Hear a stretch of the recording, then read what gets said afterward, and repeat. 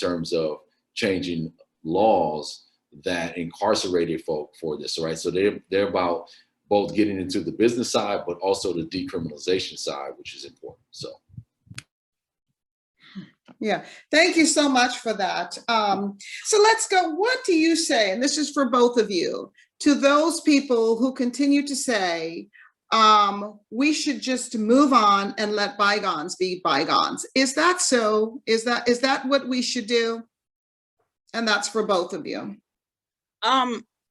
January 6th, if that was the case, let it go. Yeah, why couldn't they let it go? He lost. Okay. January 6th. If we want, would you like to call the name of the he? No, he not. January 6th, a white woman told me Black lives don't matter and spat in my face. So let bygones be bygones. All because I was trying to get racism declared a public health crisis here in the state, which we did succeed. So pat myself on the back for that. Yeah. But I personally, and which is why I'm in therapist with a Black woman, and I advocate that any Black people on here, whether you think you need it or not, get you some therapy with a Black person, a Black provider. I personally am having a hard time letting bygones be bygones because my grandfather's family in Barbados, some colonizers came to them and said, go to Panama, build this canal, you'll have a great life. They did the same to my grandmother's family in Jamaica. They came there, my great-grandparents died because the conditions were horrible and they didn't have a great life. And so my grandmother and grandfather met, and, next thing you know, my dad is born and they don't have the great life there. And so they come to America and they settle in Philadelphia.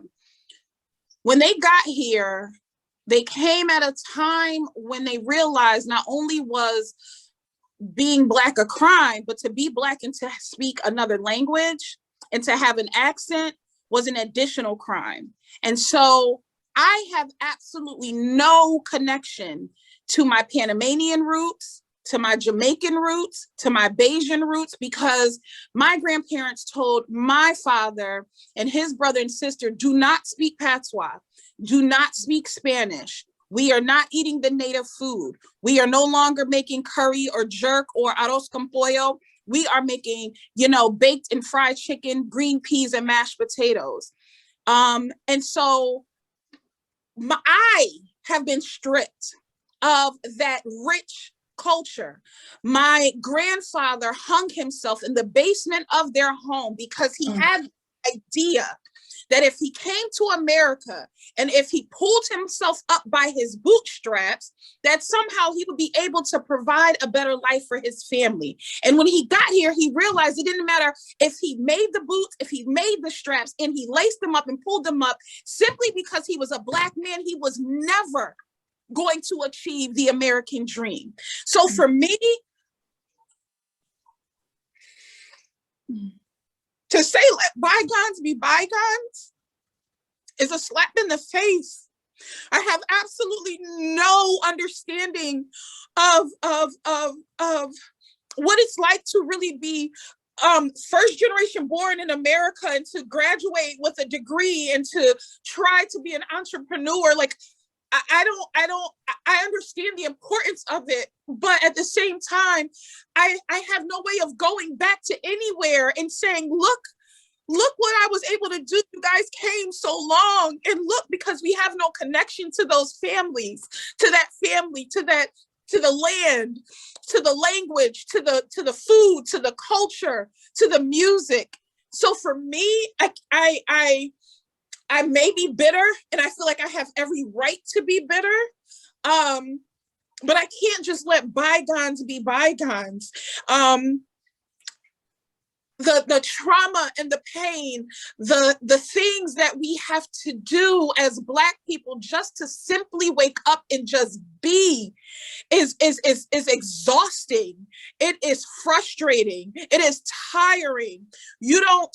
As a 39-year-old Black woman, I sit back sometimes when I go out to eat or if I'm in the grocery store and I look at the jubilee of white people. And as a 39-year-old strong, proud, Panamanian, Bayesian, Jamaican, American Black woman, I look at white women, sometimes wish I was white. because there is a peace and there is a freedom and there is a joy that they possess that I will never know anything about living in this world as a Black woman, as a Black vocal, natural hair, big nose, big lip woman. And so we're not past anything. We just celebrated 100 years of Tulsa. People who remember that were able to testify. We haven't gotten anywhere to be able to say, let bygones be bygones. America hasn't atoned for what it has done to the indigenous people here. We pay rent to live in this house. I pay rent to live in this house, which is on stolen land. Make that make sense. Absolutely. I can't just let bygones be bygones. And any person, any white person who says that is the epitome of privilege. Thank you so much for that impassioned response, Dr. Tinson. Yeah, I mean, I think Americans like to be selective about what they remember. And they like to be very selective, and they like to remember the things that make them feel good about the country. And even when those things have done horrible atrocities, they still would like to remember them fondly. And so, for example, we just went through last couple of summers efforts to remove Confederate statues from around different parts of the country. But those Confederate statues were put up in the early 20th century to commemorate the Confederacy. The Confederacy, the last that I checked, was disloyal traitors to history. I thought that we read that in history. So I thought, why do we need to have Confederate monuments? But see, they prefer to remember those things without remembering what they represented. And what they represented was the continuation of slavery. What they were trying to do was expand slavery way into the West as far as they could go. And so because they were prevented, then we now need to valorize those people who wanted to do that. Well, that's why we can't let bygones be bygones. You lost the war. We should just move on. You should be part of the American public. But now you're saying, no, we want to cling to this particular thing. To the point where not too long ago, and you could probably see this throughout New England, there will occasionally be caravans of motorcycles who roll through 100 deep with Confederate flags, right? And so this is modern day. So what are we saying we should forget, right? So they're saying we should let go of the oppression, and they're holding on to the very symbols of the oppression. So how does this make sense? And this is the kind of mind game that the mainstream likes to play with us, but we know better.